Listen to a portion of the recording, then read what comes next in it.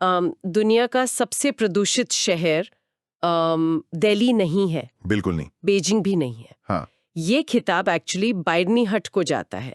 North east India में असम और मेघालय के बॉर्डर पर बसा एक छोटा सा शहर। एग्जैक्टली और ये सुनकर लोग अक्सर चौंक जाते हैं।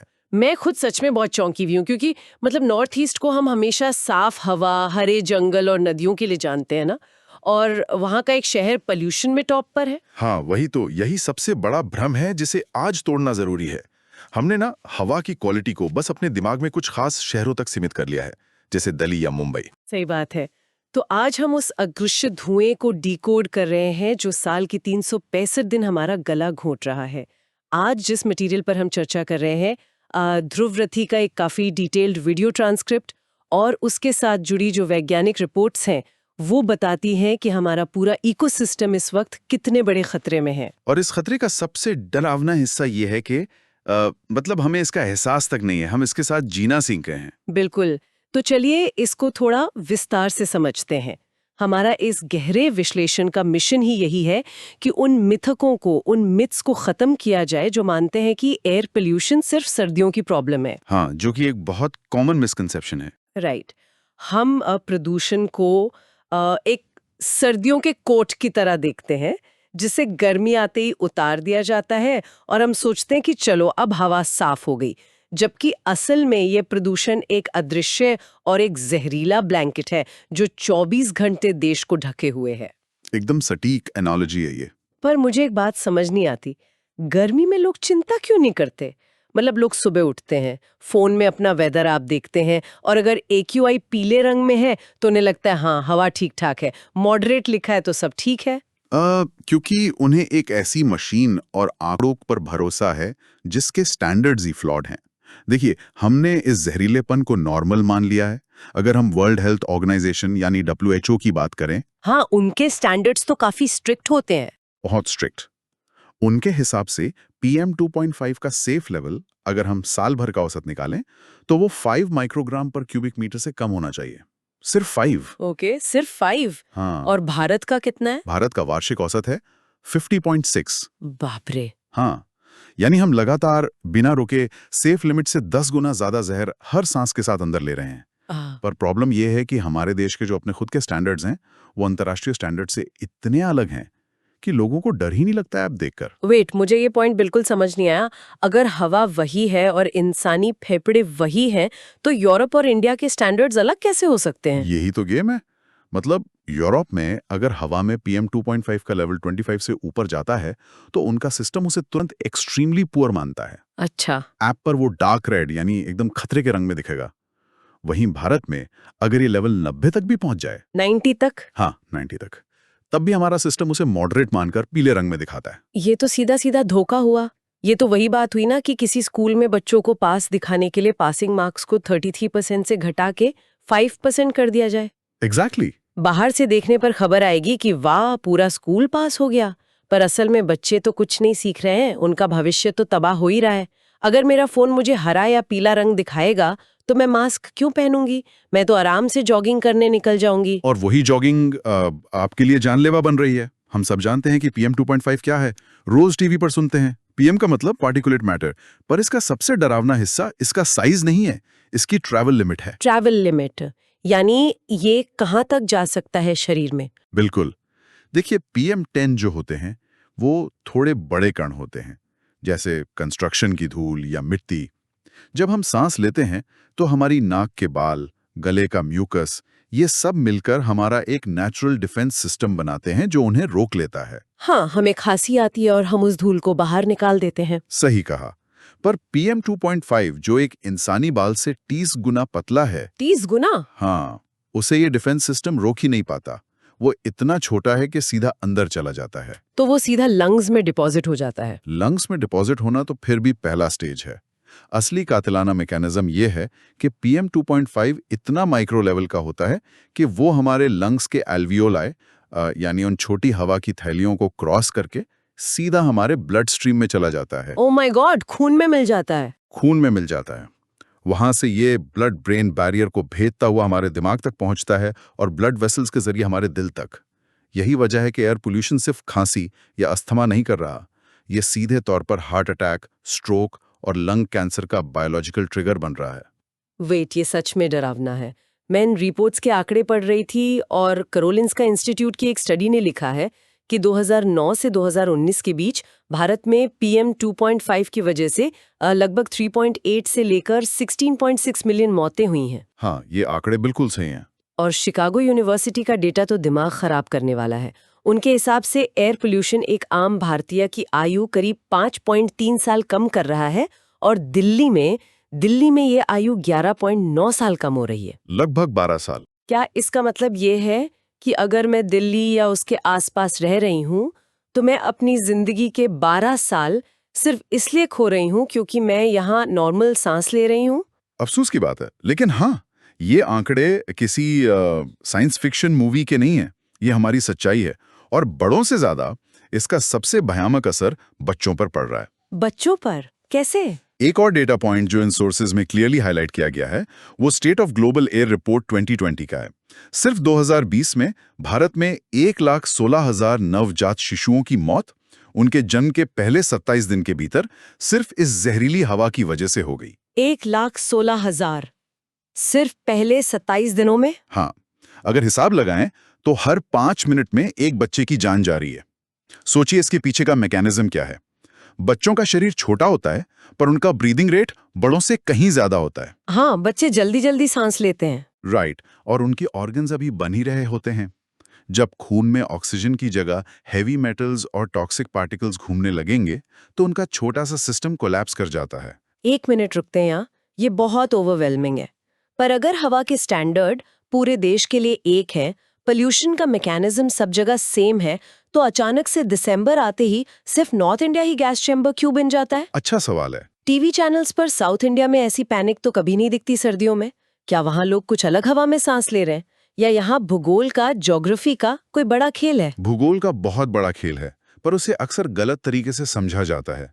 नॉर्थ इंडिया में सर्दियों के दौरान एक नेचुरल फिजिक्स का फिनोमेना होता है जिसे थर्मल इन्वर्जन कहते हैं। थर्मल इन्वर्जन, ये क्या होता है? नॉर्मली क्या होता है, जमीन गर्म होती है, हवा गर्म होती है और हम जानते हैं कि गर्म हवा हल्की होकर ऊपर उठती है। वो अपने साथ धुएं को भी आसमान में ले जाती है और बाहर निकाल देती है। Right, basic science. पर सर्दियों में जमीन ठंडी पड़ जाती है। ठंडी हवा भारी होती है, इसलिए वो जमीन के पास रुक जाती है। उसके ठीक ऊपर गर्म हवा की एक लेयर बन जाती है। ये गर्म हवा उस ठंडी हवा और उसमें भरे हुए प्रदूषण को एक भारी धक्कन की तरह दबा कर रखती है। ओह, और उसके ऊपर से हमारे पास हिमालयस का नेचुरल बैरियर भी तो है। बिल्कुल सही पकड़ा आपने, जिसे वैली इफेक्ट कहते हैं। एक तरफ हवा ऊपर नहीं जा सकती क्योंकि इन्वर्जन का धक्कन लगा है, और दूसरी तरफ हिमालय की विशाल दीवार है जो इंडो गैंजेटिक प्लेन की हवा को आगे बढ़ने से रोक लेती है। तो धुआं वहीं का वहीं फंसा रह जाता है। हाँ, ठीक यही समस्या नॉर्दर्न इटली में भी होती है, जहां एल्प्स पर्वत हवा को रोक लेते हैं। वहीं साउथ इंडिया को ज्योग्राफी बचा लेती है। वहां 3 तरफ से समुद्र है। हाँ, कोस्टल एरिया है।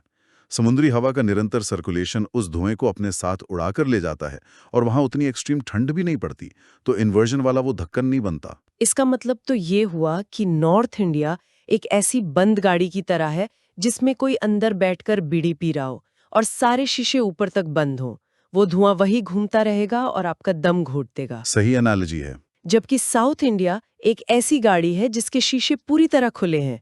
बीड़ी तो वहां भी कोई पी रहा है, बस धुआं हवा में उड़ जा रहा है, इसलिए उन्हें लगता है कि उनका एनवायरनमेंट साफ है। ये एनालॉजी बिल्कुल परफेक्ट है और इससे सबूत ये है कि चेन्नई जैसा शहर, जिसे ज्योग्राफी का सबसे बड़ा एडवांटेज मिलता है, वहां का भी वार्षिक PM 2.5 स्तर 26 माइक्रोग्राम्स पर क्यूबिक मीटर है, जो कि WHO के हिसाब से WHO के सेफ स्तर से लगभग 5 गुना ज्यादा है।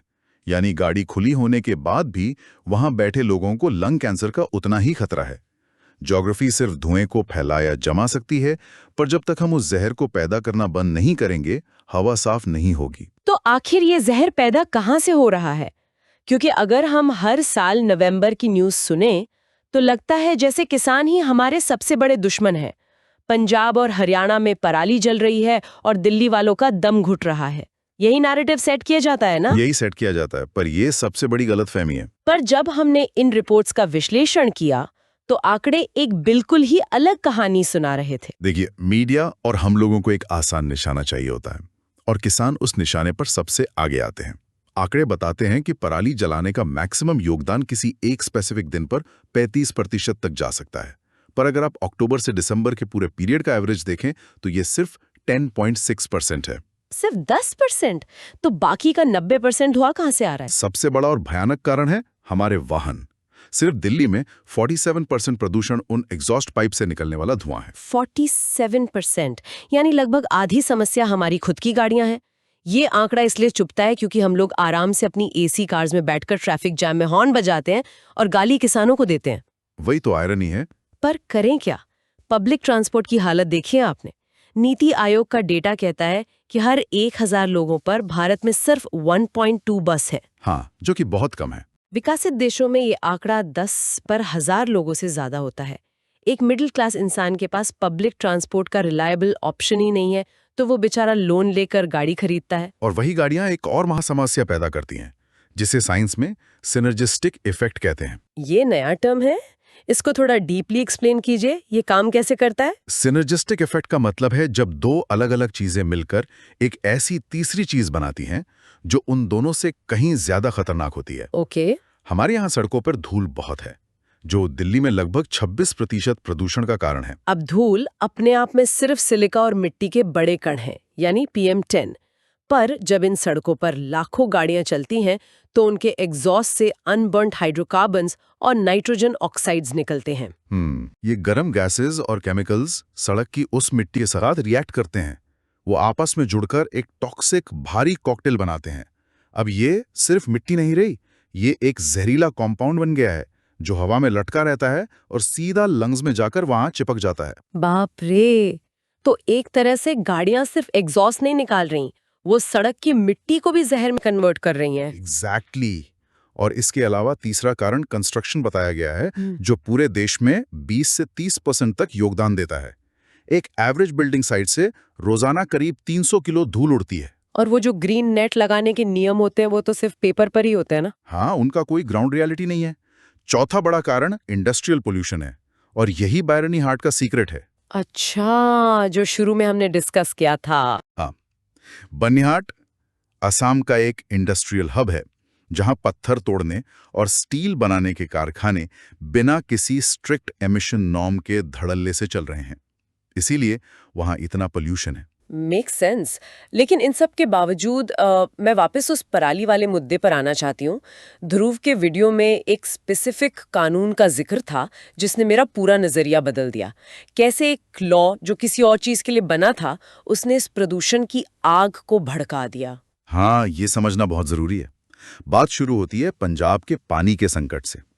ग्रीन रेवोल्यूशन के दौरान पंजाब में चावल यानी पैडी की खेती को बहुत पुश किया गया। राइट।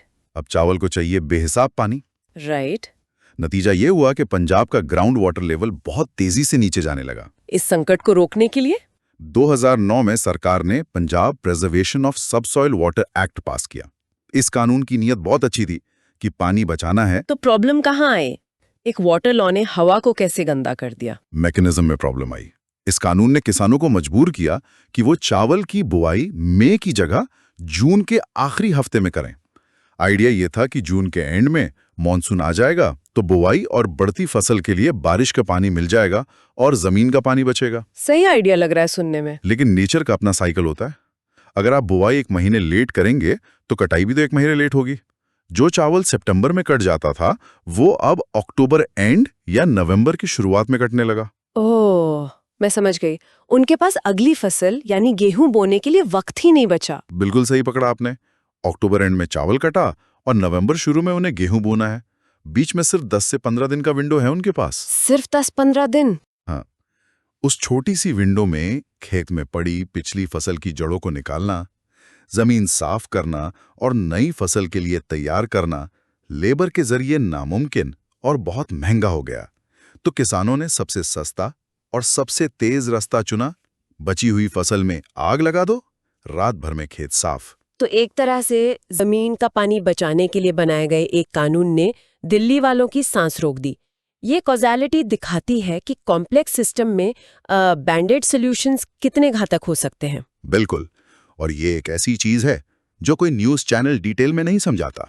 पर चलिए पब्लिक का नैरेटिव छोड़ते हैं, पॉलिसी मेकर्स और सरकार क्या कर रही हैं। नेशनल क्लीन एयर प्रोग्राम, जिसे NCAP कहते हैं, ऐसी बड़ी योजनाएं तो हम आए दिन अखबारों में पढ़ते हैं। उनका क्या असर हो रहा है? असर के नाम पर सिर्फ दिखावा हो रहा है।